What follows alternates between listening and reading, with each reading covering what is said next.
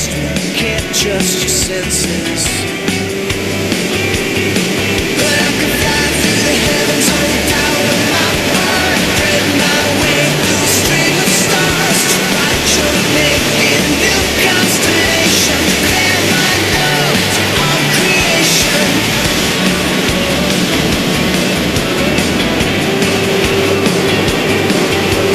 I need to see the Milky Way. No city lights, no smoky haze. Just a speck on a spiral on. Oh, it feels so good to be so small. And I can fly through the heavens on the power of my heart, thread my way through a string of stars to write your name in new constellations, declare my love to all creation.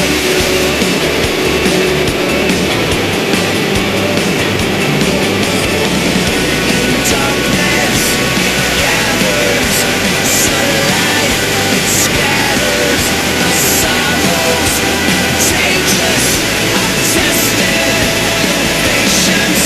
Saint Anna, Cecilia, Saint Margaret, Christina, we know faith healers.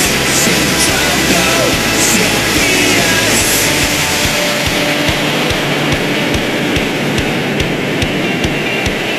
And what's that thing I can't remember? But I can fly through the heavens on the power of my heart, thread my way through a string of stars to write your name in new constellation, declare my love to all creation. I can fly through the heavens on the power of my heart, thread my way through a string of stars to write your name in new constellation, declare my love to all creation.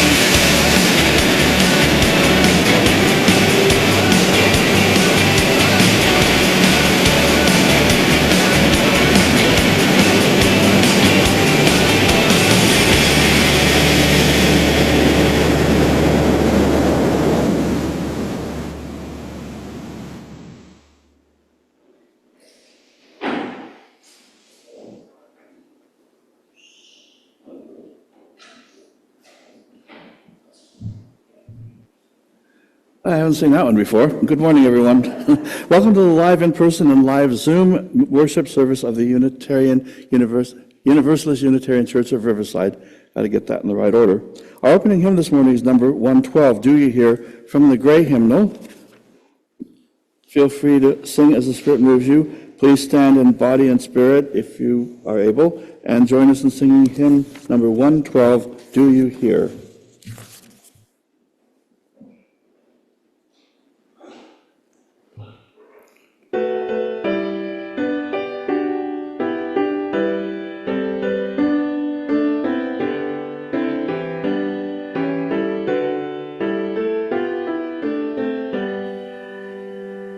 Do you hear, oh my friend, in the place where you stand, through the sky, through the land? Do you hear, in the height on the plain, in the vale on the plain, in the sun, in the rain? Do you hear,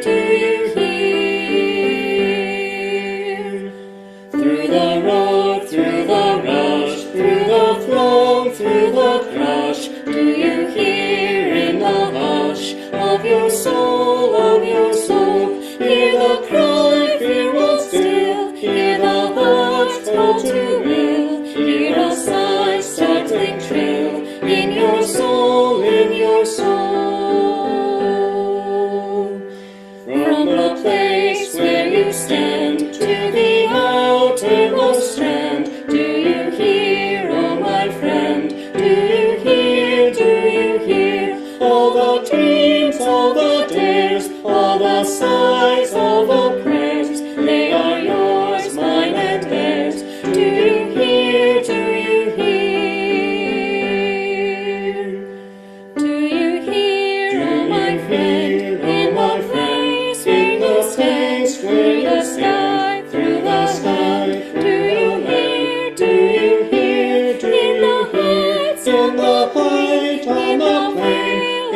the veil, in the sun, in the rain. Do you hear? Do you hear? Do you hear? Well, everybody's in good voice this morning. Thank you. So thank you for joining us here in person, and thank you for joining us remotely by Zoom, where we'll continue live streaming and posting these services on our YouTube channel for virtual attendees. I'm Steve Fuji, member of the Board of Trustees, and I will be your worship associate today. Other members of the worship committee who make this service possible include Alec Peck, our music coordinator, who will also be today's speaker, Adam Weddingking, who monitors our visual and online connections, and Karina Jacques, who is in charge of our sound system today, and of course Grace, who doesn't put her name on here. We welcome you to join us this morning with an open mind and an open heart, and with muted electronic devices, please. I don't have one with me, or I'd show you that I'm turning mine off. We welcome you to join us this morning. No, I said that already. We come together this morning and remind one another that we are connected in the mystery and wonder, awareness and gratitude. We gather to renew our spirit and cultivate an openness in the forces which create and uphold life. Thank you for sharing your morning with us. Today is the first Sunday of Advent, taken from the Latin word adventus, translated coming. Advent means the beginning of an event or the arrival of a person. In the Christian tradition, this is a time leading up to Christmas, and Christmas marks the first of the 4 Sundays in Advent as a way to prepare their hearts for the coming of Christ. For non-Christians, it can be a special time to incorporate the abiding qualities of hope, peace, joy, and love. The theme of the first Sunday of Advent is hope. So, can somebody come light the hope candle?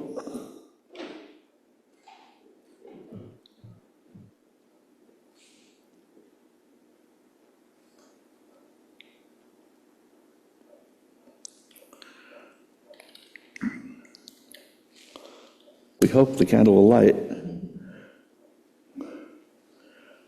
There we go.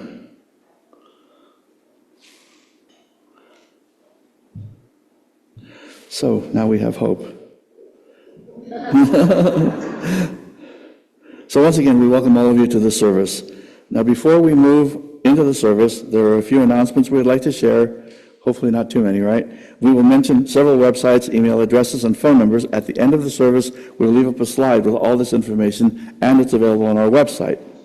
Our first Sunday luncheon will be served today after the service. Today's theme is chili. Contributions are appreciated and will be donated to the church fund. So I hope all of you will join us for the first Sunday luncheon, because it's a very social time where we can all get to know each other.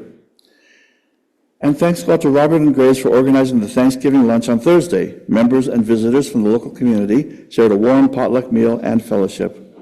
We are grateful to all of you who contributed to the delicious meal and to all of our volunteers for their hard work. Many thanks go out to all of you who generously supported this year's SOS Holiday Fund. Your contributions will make a difference to many in our community. The monthly peace discussion, focusing on the ongoing Middle East conflict, will be held from 12:30 to 1 p.m. in the sanctuary following the luncheon. Lee Greer will be joining us on Zoom. All are invited to attend and participate in the Q&A session. Church Council will meet on the second Friday of the month in the Annex. The next meeting will be 4 p.m. on December 13th, and everyone is welcome to attend those. Book Club meets on the second Monday of the month at 6:30 p.m. in the Annex. The next meeting is on December 9th, and the current book for discussion is The Road Less Traveled by M. Scott Peck. I need to read that again. I haven't read it in years. The annual Alternative Gift Fair was created by UUCR members Dave and Kay Maury. Are you guys here today? No, too bad. They're great people. It was originally held at our church. It has since moved to the First United Methodist Church at 4845 Brockton Avenue and is happening this afternoon from 11 a.m. to 3 p.m. You can find gifts that benefit worthwhile nonprofits and help others. There'll be food and music. Welcome to all our visitors today, and welcome back to old friends. We would love to meet you during coffee hour after the service, and of course during the luncheon too.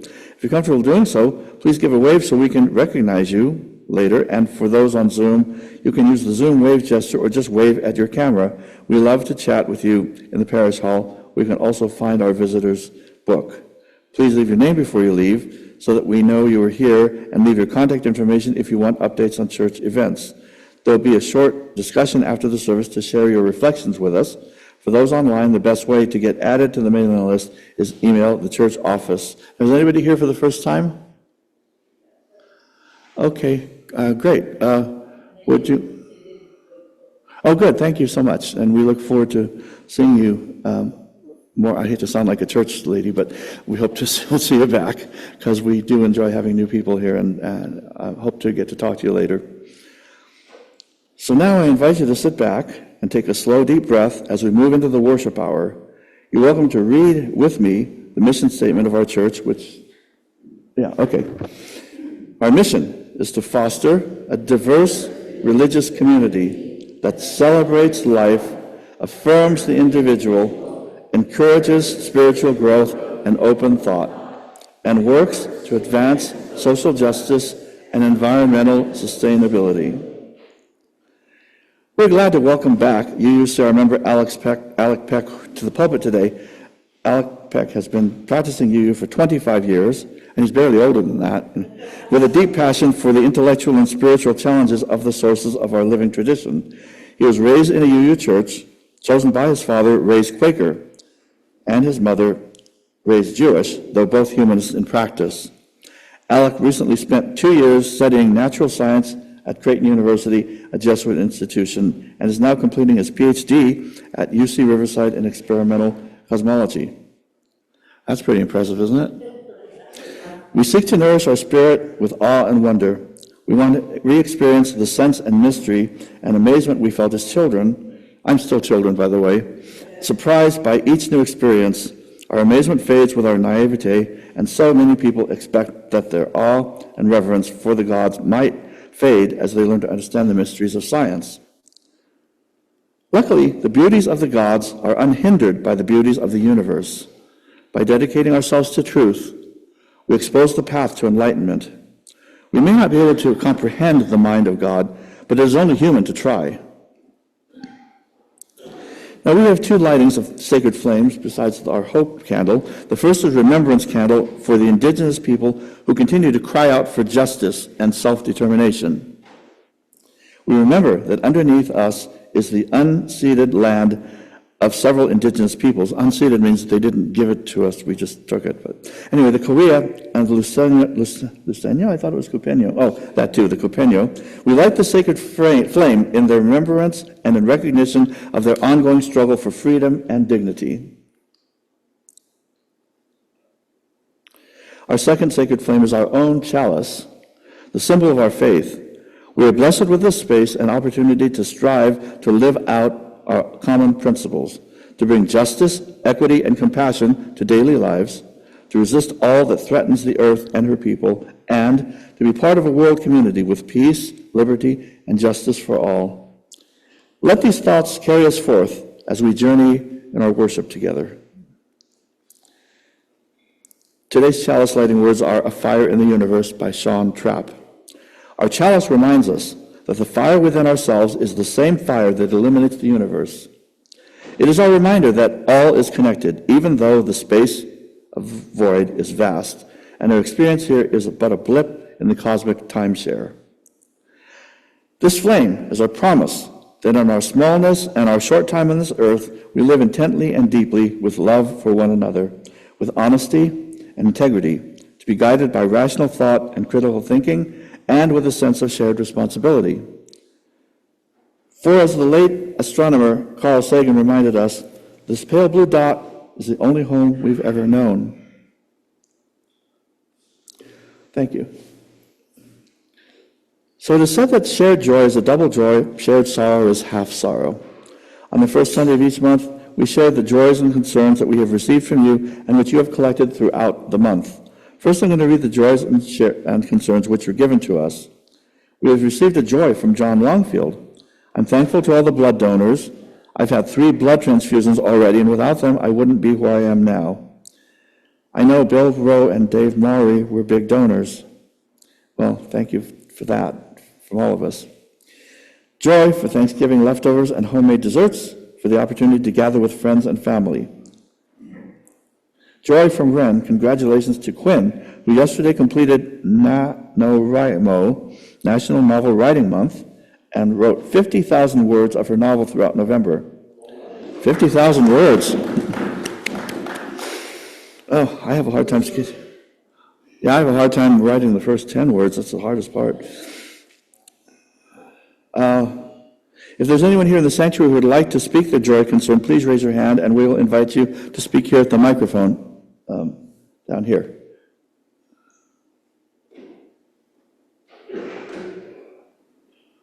Some people are thinking about it, I see.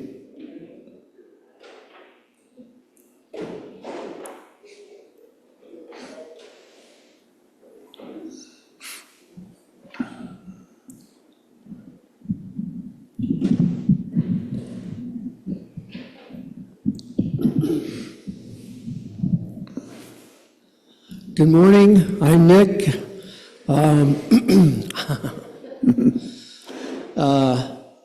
A joy I have is I had my neck operation and it went very well. This next week I'll have x-rays done, talk to the neurosurgeon and see if I can take the collar off, which would be a real joy.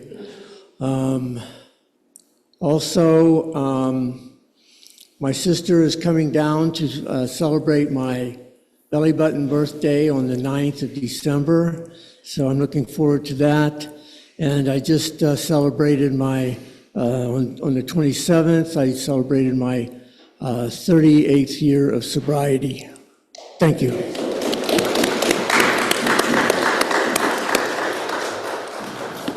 Thank you, Nick. And congratulations on 38 years of sobriety.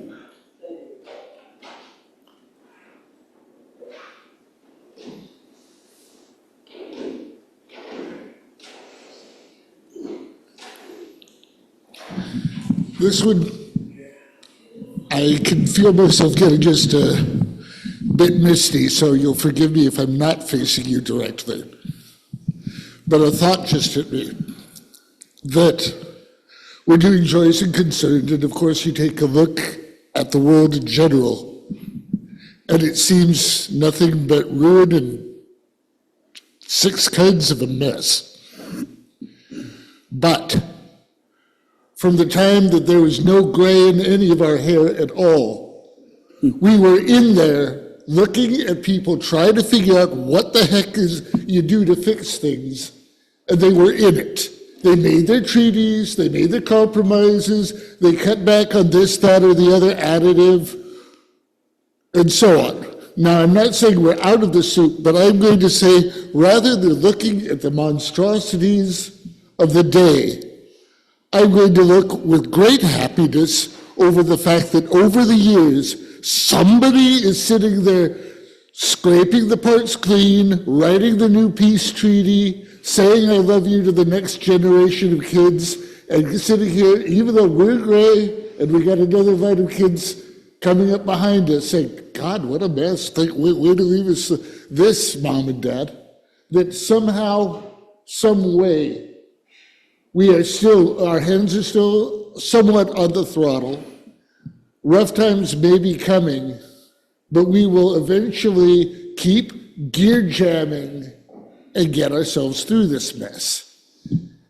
And then that covers, like I said, pick a monstrosity out of the hat, but we keep coping, sometimes in smaller ways, sometimes in national ways.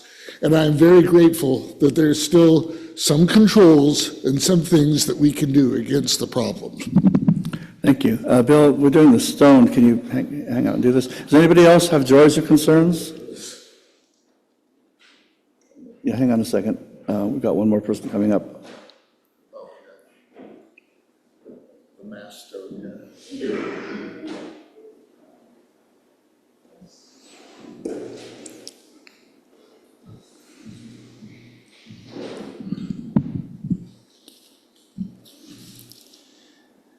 One more stopped, 2 to go. Thank you. Thank you. Okay, any more joys and concerns?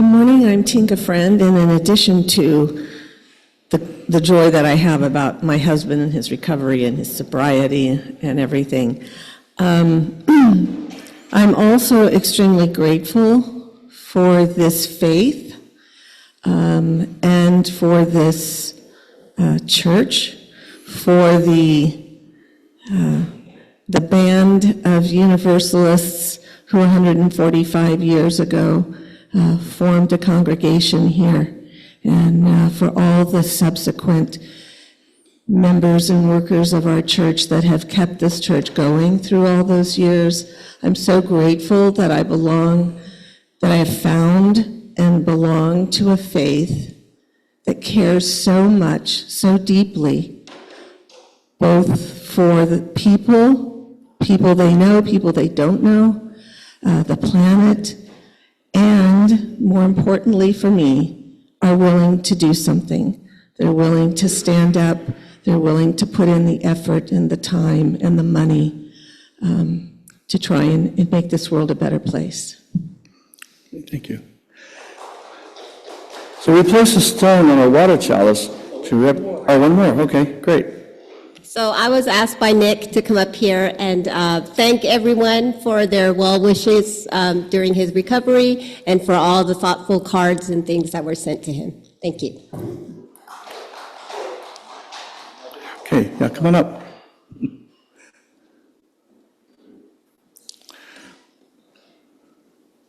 Good morning, buenos dias. My name is Eduardo Hernandez. I'm a Unitarian member at Cedar Lane Unitarian Church in Bethesda, Maryland. And when I'm out here visiting my mother-in-law, I always come to this church. So first I want to express my thanks for this Unitarian Church in Riverside, and also concern for my wife. Her parents are not doing well, and she just suffered the loss of an uncle on Monday. So it's a time of transition, but thank you very much. Thank you for visiting us while you're here. And please take our greetings back to your church. Okay, anyone else? Okay, so we place a stone on a water chalice to represent the joys and concerns we have shared with our church community and in recognition of those we hold close and have not shared. So may we remember those who have spoken, those they have named, and those we hold in silence in our hearts.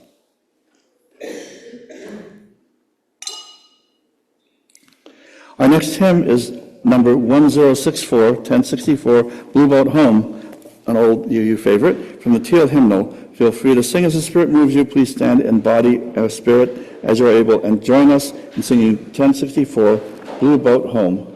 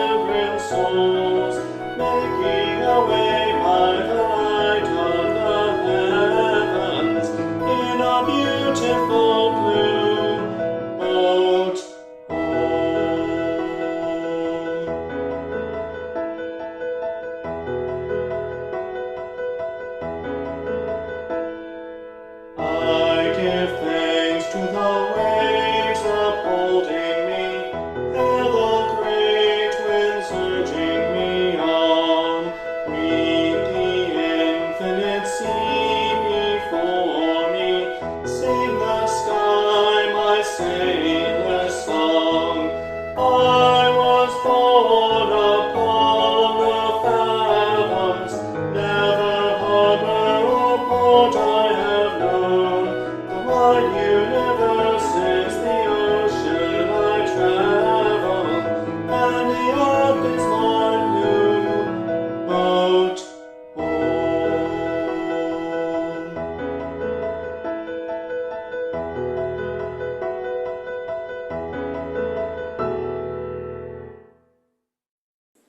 Thank you. Please be seated. The next portion of our service is to support our beloved historical church, which we're very proud of, and this can be accomplished in several ways. In addition to the weekly collection, you may send your checks to the church address, which is shown here. You may contribute by PayPal using the QR code, which is shown here, as well as on the church website and in the newsletter. Stater Brothers Market gives our church a rebate on Stater grocery cards, which we will have in church each Sunday. Amazon gift cards are also available. You get the full value, and the church also receives a percentage for free. Please see Dinah Rowe over there or Robert Braun in the church office if you're interested in purchasing the gift cards. Please donate as the Spirit moves you by whatever method works best for you. Thank you for your generosity. To those who gave of their time and talent, which is most of the people in this room, and thank you for your generous care and attention. To all of you who have joined us this morning, thank you for the gift of your presence.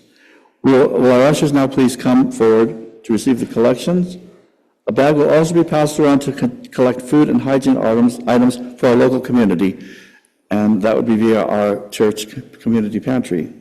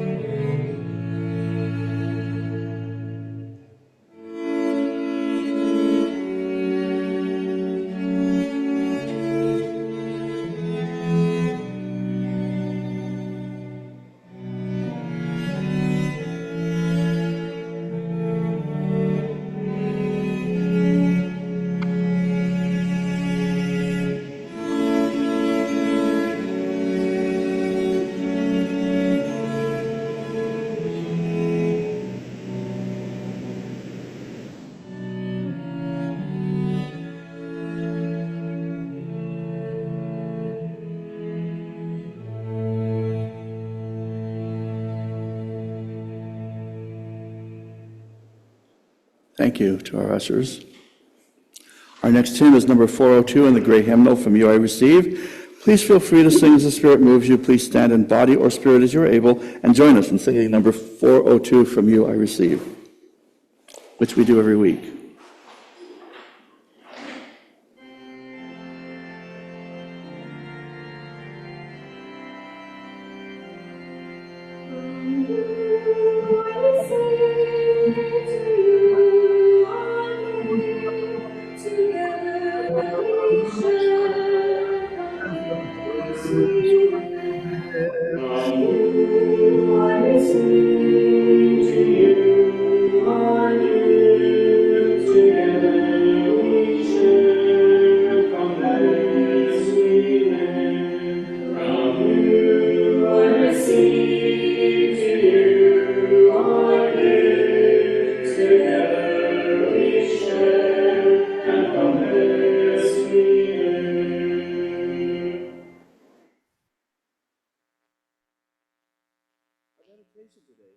Our Whole System by Maria Mitchell.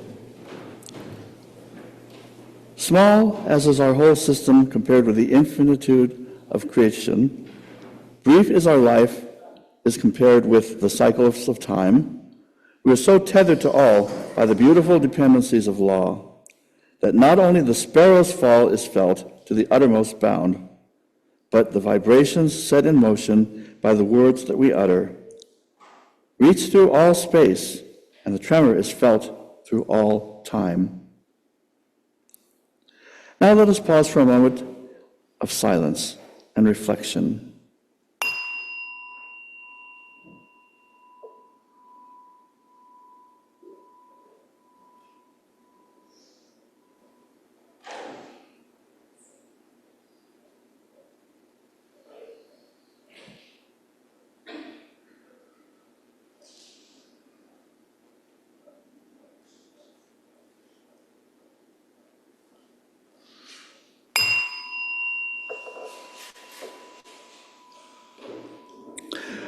Now what you've all been waiting for, I would like to introduce Alec Peck, speaking to us on the mysteries of science and the God in the gaps. Alec? Thank you, Steve. Give me just one moment. I'm going to pull up a few of my own slides. I have some visual assistance to go, mostly for the more heady stuff that I'm going to go over. But I'll need just a moment to figure out how to get that on the Zoom. Adam, I have permission to share, I believe? Yes, I do. Excellent. Great.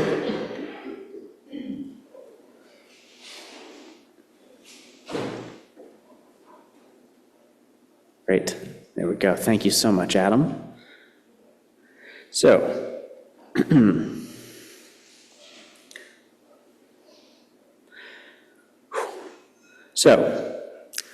good morning once again. Thank you for bearing with me for a moment there. For those that don't know, I mentioned it in my little intro this morning. I don't usually include that my day job is as an experimental cosmologist. And I'll explain what that means in a moment and its connection to the gods. But I've had this idea for a sermon series for a while about some really awesome science stuff. Just, things that make me go, wow, it blows my mind. And perhaps this will be the first, and perhaps it'll be the only one. But I thought I'd start with my personal area of expertise and talk about a little bit of physics stuff that I find people find to be interesting, and I won't talk your ear off about it, I promise. But just as with practiced ministers, I think you need some level of experience and skill in order to distill truth in a way for us non-experts to understand and take home. Just like religious messages, there's a lot of wonky pseudoscience that gets drawn from bad metaphors by people who didn't really understand what they were hearing. And so I want to start with a brief but hopefully accurate picture of the current state of cosmology research. We're back at the beginning. Oh dear, hang on.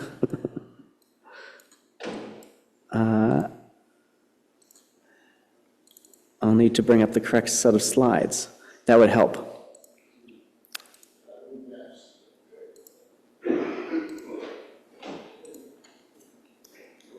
And now when I hit next, hey, look at that, there's space now. Woo! So, my area of research is on something called dark matter. And I'm not going to start there, but it's something that we cannot explain. Instead, let's start with a slightly more familiar picture. Here are some stars, and also an image of a supernova remnant. What's left over from one of the most dramatic explosions the universe has to offer. And for many, many hundreds of years, we've looked up into the sky and seen a spectacular scene where billions of planets around a billion suns shine as a single faint reddish-orange dot in this image, scattered across the sky like grains of sand. And as we looked closer, our view became only more spectacular, not only literally giving us some of these amazing images, but also we found a true miracle, that as we looked at the stardust, we found that the stars are not only made of the same things that we are, but that every single particle on Earth and its creatures were made and born in cosmic furnaces. Those great explosions that we just saw formed every element that we are made from today. And we came up with a nice system in order to remember all of these elements. And these elements do not behave randomly. Indeed, they have a certain structure. Here we've color-coded them for metals, noble gases, semiconductors, alkalis, and more. However, such an organization implies substructure. And as we look closer, we found another miracle, that all of these over 100 elements could all be unified with a single idea, that underneath all that chemistry, we only need three particles total to give everything that we have ever touched. The only difference between oxygen and gold was just the number of particles inside each of those little bundles. And eventually, those protons and neutrons that we first discovered were broken down further down to their constituent quarks until there was no substructure remaining, and we had these little odd pieces. And this is something that we now call the Standard Model. The three pieces that are in that little blue box, that's everything in that image. Everything we've ever touched is just made up of those three pieces, and yet it is just 3 of now 17 total components. 17 that are divided now into just 4 categories. The 6 purple ones on the top, the 6 green on the bottom, making up the 12 particles of matter, 4 forces, and 1 nasty little Higgs boson on the side. And not only have we seen that these other particles exist, but in fact we need them in order for the entire universe to work precisely exactly as we've seen them.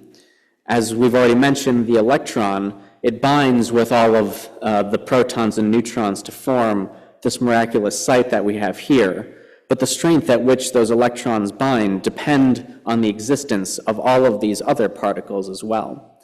Here there's a nice little cartoon animation of some of their more exotic cousins. The up and the down at the top are the ones we're familiar with, but then these exotic particles, we need them in some strange and subtle way just to explain how our electrons stick together. And even the forces themselves, pushes and pulls and electrical power, all drawn from these same basic building blocks. Hermann Weyl, a theoretical physicist, said that symmetry, as broadly or as narrowly as we define it, is one way by which humankind has sought to see order, beauty, and perfection.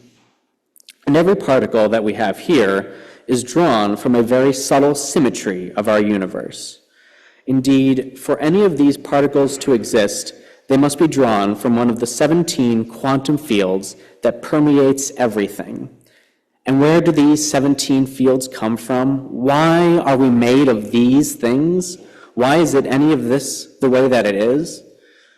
Well, we have one answer, at least, that Emmy Noether came up with, saying that the very symmetry of space and time, the fact that I can spin around and be back where I started, the fact that today and tomorrow when the sun rises looks very much like the last day, this in some way is intrinsically linked to why we even exist in a single place in time in the first place.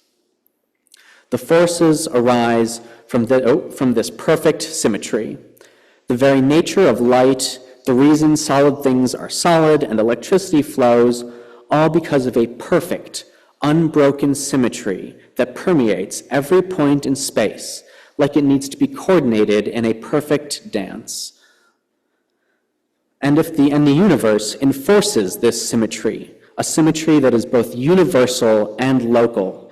Tightly inside every single point, the universe maintains perfect symmetry, and this effort manifests itself as the photons of light. But there is one small piece that is not represented in this puzzle. That is a piece of gravity. Now, I'm not going to talk about this one nearly as much because I think mostly because I think this is a story that's more familiar to common people, that we have this scientific theory of gravity, and it is equally mind-boggling, but I'll only touch on it a little bit. You've perhaps heard that Newton first envisioned this field very much like those particles I just mentioned, connecting everything, pulling everything towards each other, and later Einstein came along and gave us this idea of gravity that connects everything in some complicated way, a natural way of connecting the fact that the gravity tells the matter where to go, and the matter tells the gravity where to go, a cosmic dance. But this leads us to my problem, the one that I'm studying. Because when we look at this up into the sky, we see some odd behavior. This spinning image of the galaxies we have here, on the left-hand side, you see what we would normally expect if we know how gravity works and we know all those particles. The particles near the middle will spin very quickly, and as you get farther out, they move slower and slower because there's less gravity. But that's not at all what we observe when we look into the night sky. No, instead we see something much more like what we see on the right-hand side, where the particle speed keeps going fast even as you move farther and farther out. And I won't go over too many of the details on what we're seeing in these images, but there is yet more evidence that there's gravity that seems to be there where there is no matter, something that until now we thought should not be possible. And so we have this idea that there must be something out there that we just don't understand. There's something out there that we cannot see, that we don't interact with, and so it's dark, and it's causing all this gravity to appear, and so we call it matter. And this is something our scientific theories cannot explain, something right at the edge of our understanding, of humanity's understanding of the world. And that is, in fact, why it's an active area of scientific research, specifically because it is something we do not understand. Sorry, I've lost my place. And, yep, there we go. What is theoretical about it is that it's something that our accepted levels of science cannot really explain. This beautiful standard model, this wonderful idea of gravity, can't explain this idea that we have. And we have a natural curiosity to want to explain why something happens the way it does. But this edge of our understanding, where science theories cannot successfully explain things, this is what often something that we attribute to the realm of spirituality, and yet it's something that scientists are incredibly interested in. And there's certainly no shortage of ideas on what's causing this extra gravity to appear. Many models speculate that there's these little dark matter particles that, relative to the other things that we're made of, are very, very slow and extremely fat, many hundred thousands of times more massive than our protons and neutrons, dozens of which are gently drifting through us now like ghosts. Other models yet propose that the dark matter should be so small and smooth that we swim through it like a soup, a liquid-like substance that we fly through with almost no resistance, unable to touch us. And yet one more popular model that I'll mention last, we call it the dark photon, says that this very simple symmetry that gives us our brilliant light could also generate a second partner from the same exact ideas. Any one of these ideas would be absolutely spectacular. That is to say, they sound crazy. But these are the leading theories because they are only as crazy as the standard model of reality itself that we've built. When I ask my fellow physicists what models that they like or that they're interested in, what they hear is there a model that they believe in? And like a good scientist, perhaps just avoiding bias, they will not usually give me an answer unless I phrase it in a very specific way. And I get very similar answers from agnostics when I ask them about the kind of answers they give when asked what gods that they believe in. And seemingly more so, as we probe this dark sector, it seems that there are any number of exotic types of matter, any one of which could make up just a small piece of the pie, much like the 12 plus 4 plus 1 particles we already saw. And there could only be one dark matter, only one answer to this, a nice, simple, monotheistic version. Or perhaps there are many gods, many dark matter gods out there for us to discover. Because theoretical physics is about playing with the unknown in a very particular way. It's a very abstract field of study. It forces you to think very far outside the realm of the usual human experience. And I think this is why it lends itself to more philosophical thought in many cases. But all science, at its fundamental, is about exploring the unknown. But the grand mysteries of the universe, is that not meant to be the domain of the gods? We even proudly exclaim, science can't explain that, when we see those miracles that fill us with awe. And since the age of enlightenment, We look back at the history of mysticism and superstition. Even in Isaac Newton's day, we see it as the shedding of ignorance as we move into an enlightened era. We learned that rotating crops and avoiding certain insects will do more for your crop yield than asking the right God at the right time with an appropriate sacrifice. And so the role of God shrinks, having many fewer bird wings to flap and fewer volcanoes to cause to erupt, since that's the universe just doing its thing. The mystery of God is reduced to the boring and mechanical grind of cause to effect. And over hundreds of years, from Galileo to Hawking, this has caused quite the stir in one of the world's most powerful religions. Yes, the Christian church has seen science as encroaching on their territory, pushing their God into the gaps of our scientific knowledge. This is that idea of the God of the gaps, an idea that Christians have out of resentment towards science and atheists, and an idea that atheists come to out of cynicism for the gods whose power they wish to diminish. But are there yet more layers and more pieces to this puzzle of reality? This is a very complicated and I think truly mind-boggling explanation for why it is that the stars spin the way that they do. So maybe it's WIMPs, maybe it's axions, maybe it's neutralinos, or maybe God did it. Maybe the gods caused the stars and the planets to dance around, intentionally or not, due to their heavenly antics, in a way never meant to be understood by humans. We don't get it, so why even try? After all, it's an insult to the gods' omnipotence anyway. What is really a more awesome idea? Some Christians and atheists never move past this way of thinking, that religion and science are in conflict, fighting for who gets to control what. But many get to move on to a second way of thinking, that the gods and science do not compete for control, that they are in fact completely separate domains, peace and harmony restored. However, there are many gaps that have already been filled. I already mentioned that all matter, everything, truly everything we've ever seen, is made up of just those 3 particles.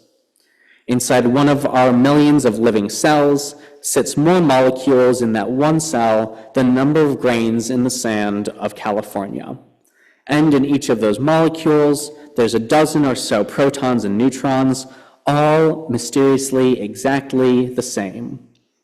Because when you crack open that proton, the thing that's shown on the left-hand side, we find a bubbling and crazy soup that we just don't understand whatsoever. It's a dynamic and crazy system that somehow, every single time, produces an identical proton, exactly the same every single time. And in that bubbling soup, on the right-hand side is a modern animation of what the vacuum of space looks like. Turns out that even when you have nothing, you in fact have a vigorous bubbling soup of activity. All possibilities, every single way of being is manifest inside this field. And in fact, this quantum soup encompasses all possibility. All things must happen in order for this soup to bubble in just the right way. It is manifest inside us at every moment, and in ways that are still far beyond our understanding. Physics generates chemistry, chemistry begets biology, biology begets psychology, and our wonderful consciousness that we experience here in our brains. Our attempts to model anything more than the most simple systems quickly become limited, and we have never been able to trace those emergent properties right directly from one to another. And because of the nature of chaos, perhaps there is no level of precision that we could ever reach which will give us the answers that we're looking for. As we move through the Enlightenment, we said that we thought the world ran on pixie dust, but that pixie dust was resolved into gears. But then as we looked closer at the gears, we found that those gears were made of a strange and bubbling, unpredictable substance. But because that substance doesn't have wings or answer prayers, I'm not allowed to call it pixie dust. But has this really taken away the beauty of the gods? We didn't learn that praying does nothing. I think we merely learned to pray a different way. That the intricate balance of forces that make the hummingbird's flight only make it more astounding. This is not a magic trick. It is not like the tricks that you were fooled with as a child. Once you know how it works, it cannot remove that magic. We have numbed ourselves to think that the things that we see every day are normal, and so we do not say that it is magic anymore. But the universe does not pretend to be amazing. It does not pretend to be beautiful. There's something, I think, really magical about moving from philosophy to science. And I do find a great value in thinking about philosophy, but there is something very magical about those theories that turn out to have some kind of truth in our world. And I think it's not controversial to say that we should be dedicated to truth.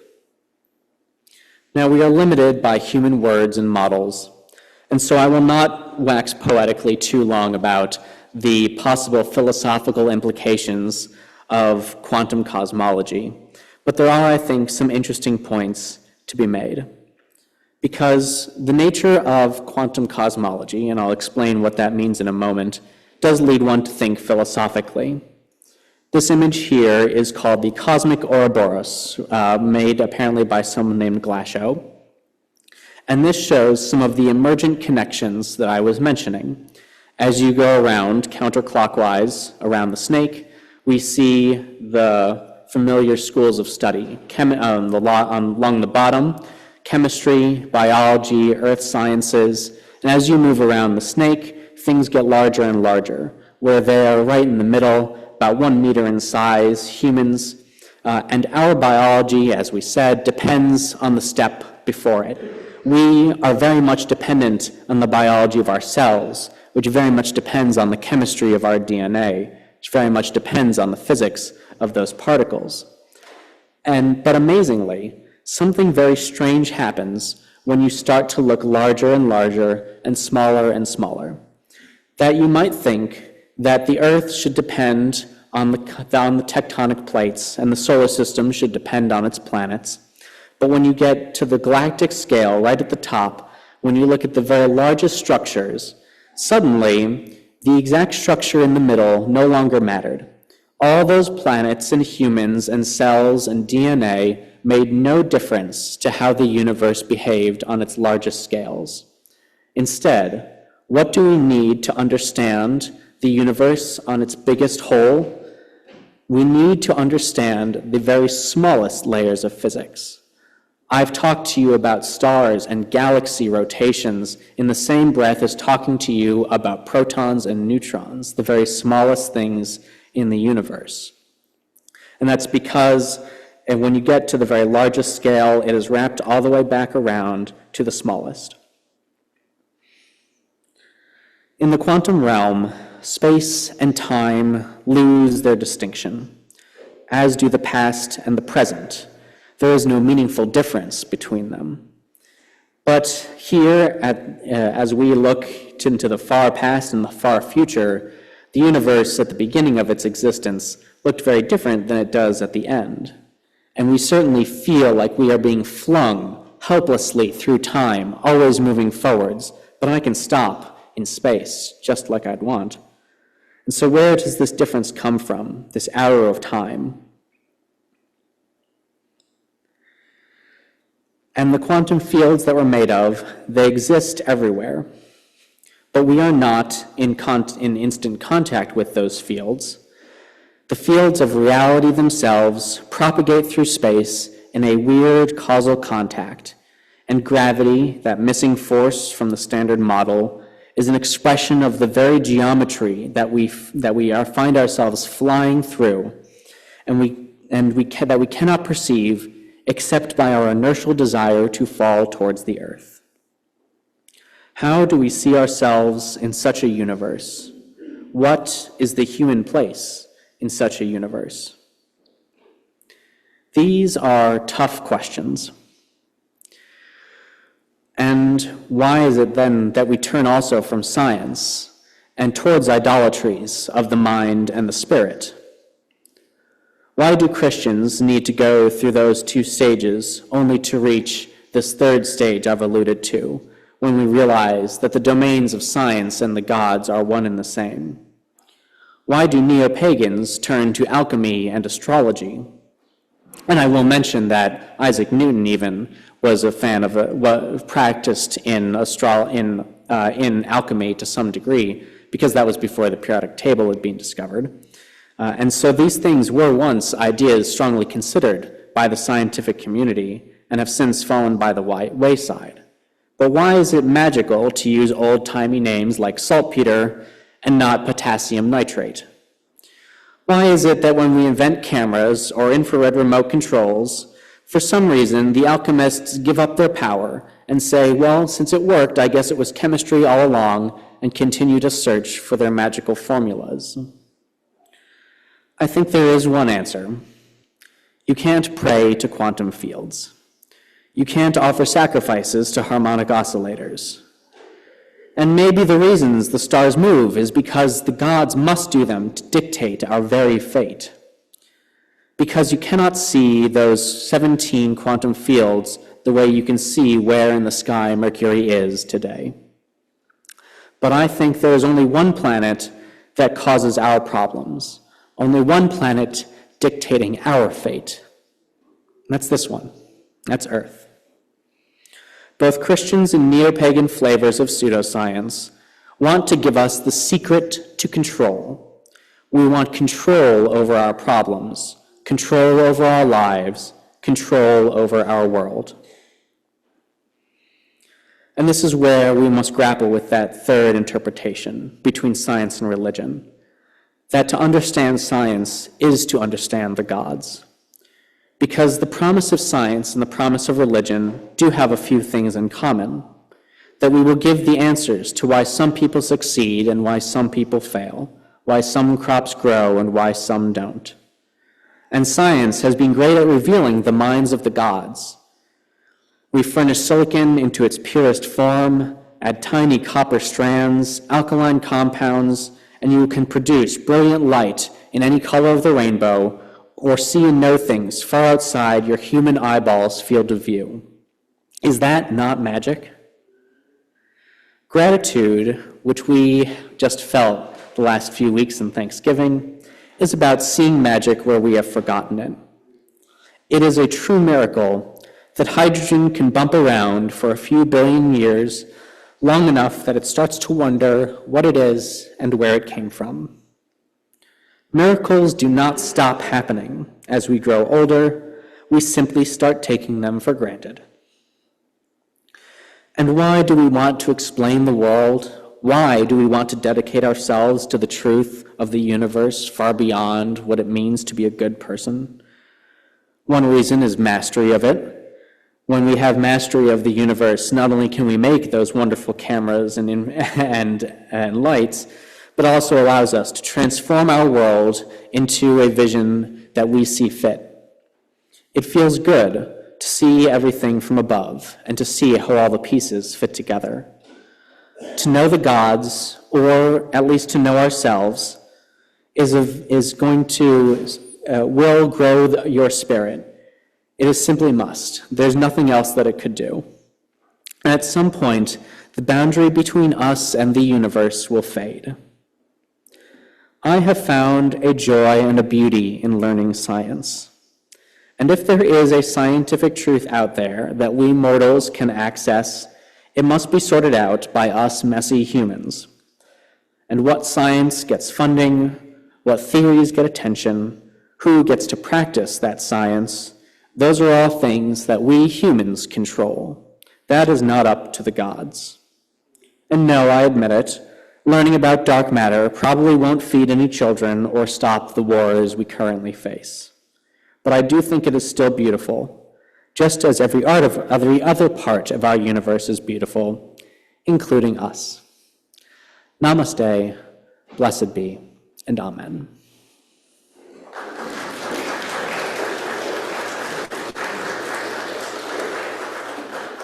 And I'll give that back to you, Adam.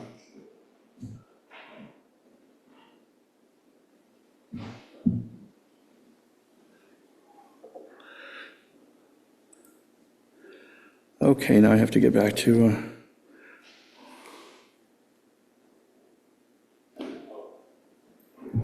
I think I've almost got it here. Sorry for Yeah. taking your script away. Well, that's okay, thanks. When you want to know something about technology, ask somebody younger.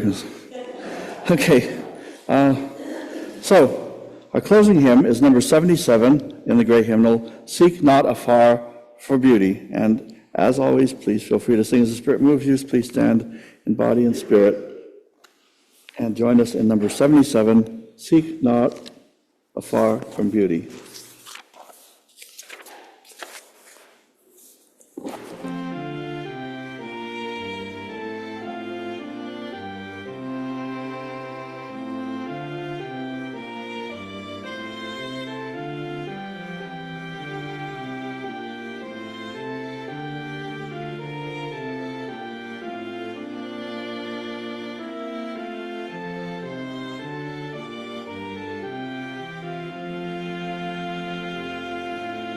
Seek not afar for beauty, know it close.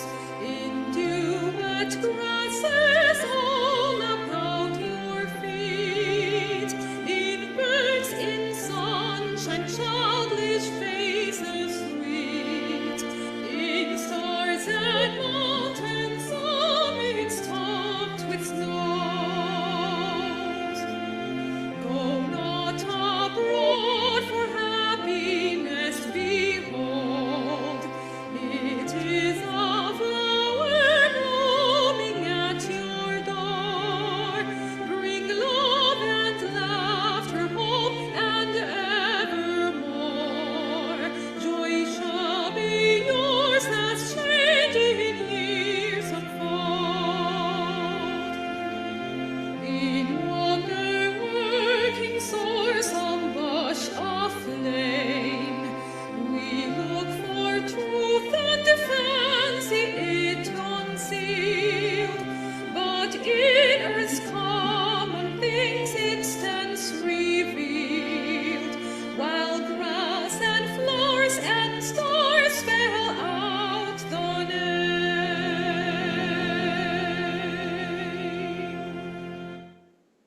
Please be seated. Spirit of life, Spirit of love, you have given us a day unique from any other.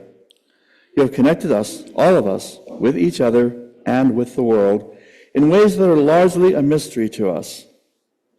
You've given us a little instruction other than be present in our own lives, to feel wonder at the creations of the universe and to love one another. You have put gifts and challenges in our paths, joys and sorrows, strengths and frailties, some of which we have already encountered and others we have yet to discover. On this unique day, may we receive exactly what it is that we need. Thank you, Alec, for sharing your valuable time and insights with us this morning. I'm not sure all of you appreciate how much work it is to put together a presentation like that, so we're very fortunate.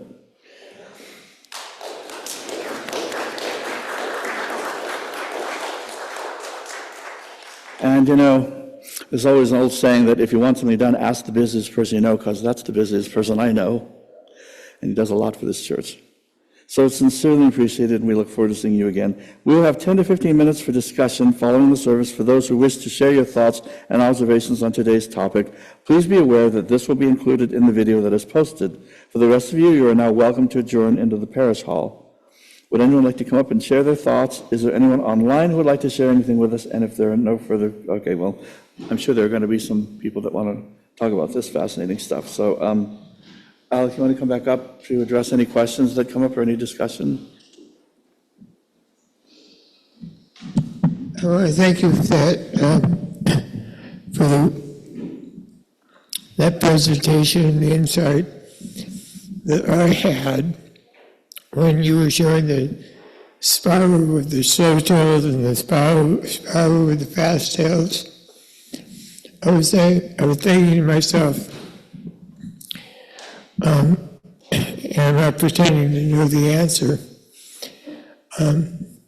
maybe there's a different proportion of gases, and the gases are compressible or more compressible, or maybe there's a difference in the third dimension that we're not seeing. We're only seeing 2 dimensions of each.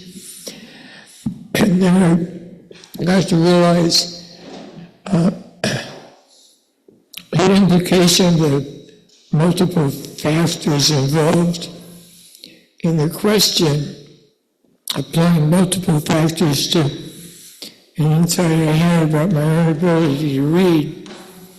Now in 5th grade, and a speed reading machine that the other students could follow at high speed, and I couldn't. And I'd have a group of teachers all involved with reading, asking the question to themselves, I'm sure, why the tutor of the American Dictionary Essay Contest couldn't read as fast as the other students. I happened to be that tutor winner 2 different years, my whole grade awarded 4 classes at each grade level. I awarded 1 student essay is picked out, and it happened in 5th grade and 7th grade. I'm thinking, I'm condensing the years there. And the answer kind of came to me from your slide, and that's it. There are multiple factors in how fast you read that multiply together to make it prohibitively difficult for some students to effectively read because there's so much on their mind. They can't slow down. They can't devote enough resources to learning to read well. And for one author, it takes 10,000 hours to acquire its skill. So it could have been because I was throwing papers when the other kids were studying. Would mean that my ability to read didn't have the prerequisite 10,000 hours that they had. It could be because a child's concerns about getting to school take away their ability to focus on many different refer that they focus on many different issues that have a higher priority on the survival chain. So these factors multiply. Also with the level of intensity that the material and quality and relevance to the child's learning pace becomes all the other factors together with the quality and the assumptions that are optimal for the author of the education materials relative to the students he's addressing. Anyway, the multifactorial is a principle that's applied to dark matter. Doesn't seem to be applied to our knowledge of how to teach. That's what came to me. Thank you.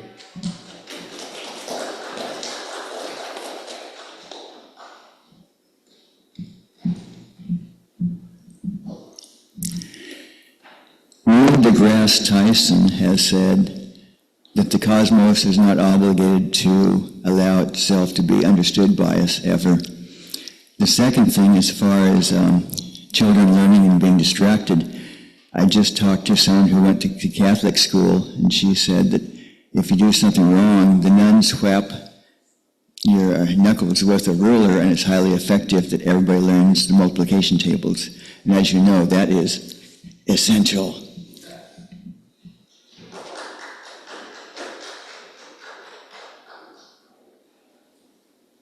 Bill?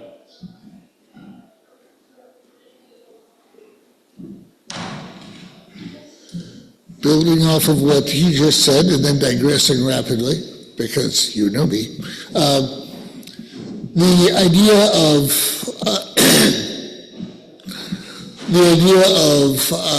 a universe that does not have to be understood, which is sometimes comforting. There used to be a Buddhist concept called the bodhisattva.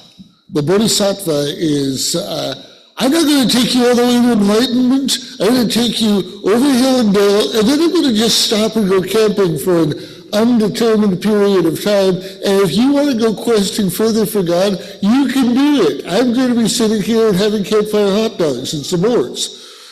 And so you wind up with a quest for knowledge, and then all of a sudden the nasty hissing sound of 3 of your 4 tires on your buggy going flat. So there's always the moment of where you examine the tools you've got in the buggy, where you go to hopefully fix up your tires and go home, swearing at the bodhisattva as you do so. And you look at your tools, and 2 of the tools sets that they work with in physics are quantum physics and string theory. Now, I'm a layman, and I can't give you a real close look at both of them, but my mom used to work in freelance advertising, and so that made me sort of suspicious over certain things. Quantum, the universe is shimmering. You never really know where all the particles are, when they are. You know that there's some weird connections that form up, and it seems to make it very hard for a physics guy to get the last decimal point in. A thing is never completely a thing. It's sometimes flexing around.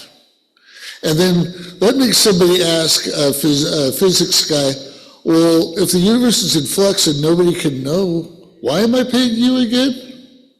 Suddenly we have string theory. And I'm told it's more elegant, smoother, answers some of the questions, but it has a sort of a precision to it, which I'm not sure that I trust utterly, because I'm used to things going bad, especially when I'm by myself and don't have a repair manual nearby. Which do you as a man who's going after dark matter, do you find yourself using one more than another, trusting one more than another? Yes. Let me first begin by saying that string theory is not a scientific theory. It's an idea that has found no supporting evidence. There is no direct evidence that string theory is correct, and the string theorists have rebranded, speaking of marketing, they have rebranded themselves. They now go under the name quantum gravity. So if you, and that is still a very theoretical area of research. Unlike quantum theory, which is one of the most well-tested scientific theories that humanity has come up with, and it's well-tested to an incredible level of precision, it's definitely correct. Any theory that we come up with, including string theory, must agree with the results of quantum theory because you cannot change the result of your experiment, right? When you do the experiment, the thing happens. Quantum theory already predicted the answer to that experiment correctly. Quantum theory can't get it wrong because it already got it right? So, and we know that the quantum theory, as we have it now, the quantum theory has developed into that standard model, the standard model of particle physics, those 6 plus 6 plus 4 plus 1 particles. That's all based on what we call the quantum field theory. Yes. Yes, there's and it's even more quantum than the normal quantum. We have a dirty little secret. There's something called the second quantization. Yes, the quantum theory that most people are familiar with is after only the first quantization. not after the second one.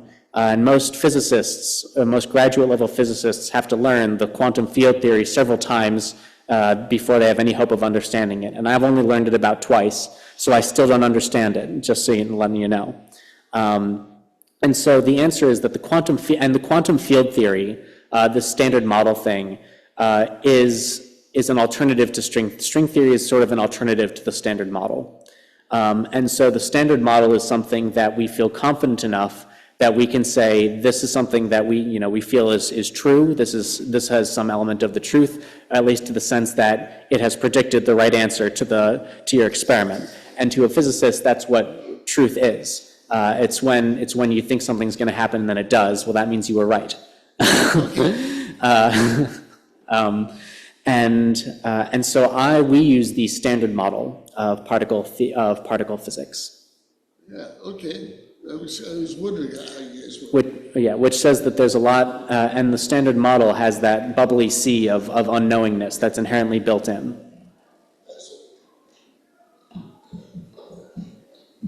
Thank you, Alec. I really enjoyed that. It wasn't too sciencey and it wasn't too mystery. I didn't show a single equation. Yeah, that is worthy of a round of applause. Well, I don't have any expertise in physics or astrophysics or stringiness, but I did grow up a very conservative Christian, and for some reason, I felt led by my higher power to major in biology. And as Alec presented, often these are adamantly opposed. Evolution seems to strongly contradicts Genesis 1:1 and the rest of the Bible. And so for me, it was a very difficult journey. Why was I put down this path? Why did I agree to go down this path? And I don't know how you guys feel, but to me, one aspect of believing in a mystical origin of the universe, believing in a higher power who seems to have everything under control,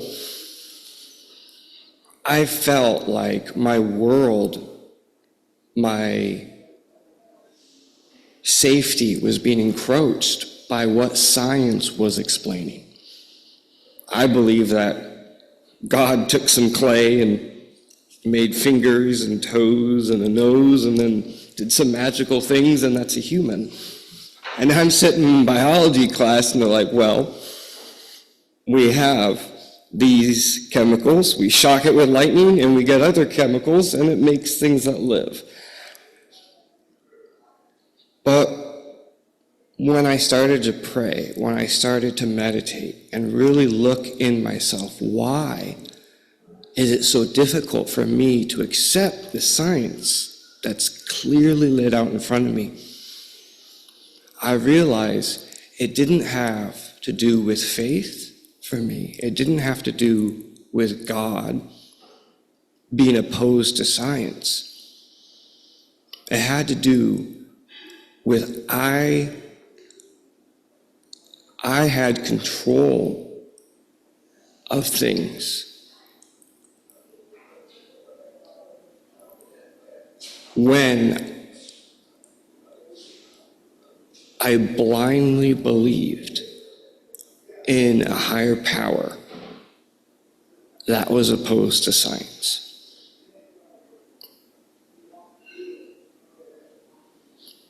I also didn't have to take responsibility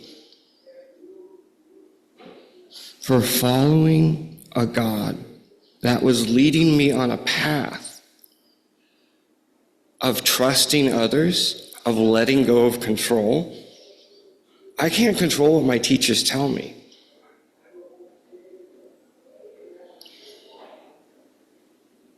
But eventually, when I started to let go of what I was raised with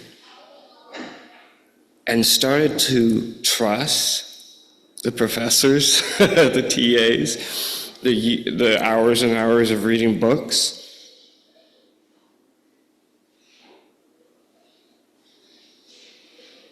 I started to realize more important than having a God that seemed to be in control of everything was having a relationship with a higher power and discovering the wonders of science with that higher power. Instead of saying, oh no, I guess what I understood is wrong and God didn't make things out of clay, I got to see how things were made, and I had a friend with me to enjoy that discovery. So I'm thankful for this presentation, and I hope there's more. I would like to see more wonders of the universe and how it works. Thank you. Thank you. Grace? And I'll mention briefly that I went to a Jesuit institution. The Jesuits are a branch of the Catholic Church, and they run the astronomy over in the Vatican City. And so there are some branches of Christianity that have warmed up to the merger that the mind of God can be revealed through science. Thank you, Alec. I have a question. Do you think that religion and science can be compatible? Yeah, I think they offer essentially the same thing, and that as a UU, I think that we need to thoroughly investigate both in order to have a whole and complete picture of the truth. I don't think that when we pray, I don't think those are the wrong things to be doing any more than I think rotating your crops is the right thing to be doing. I think both of them are necessary to have a full spiritual life. Thank you. And I'll be happy to talk about all kinds of theoretical physics during our lunch. But we're getting towards it, and they're going to start feeding people any moment now. So perhaps we should, unless there's one more comment, perhaps it's time for lunch.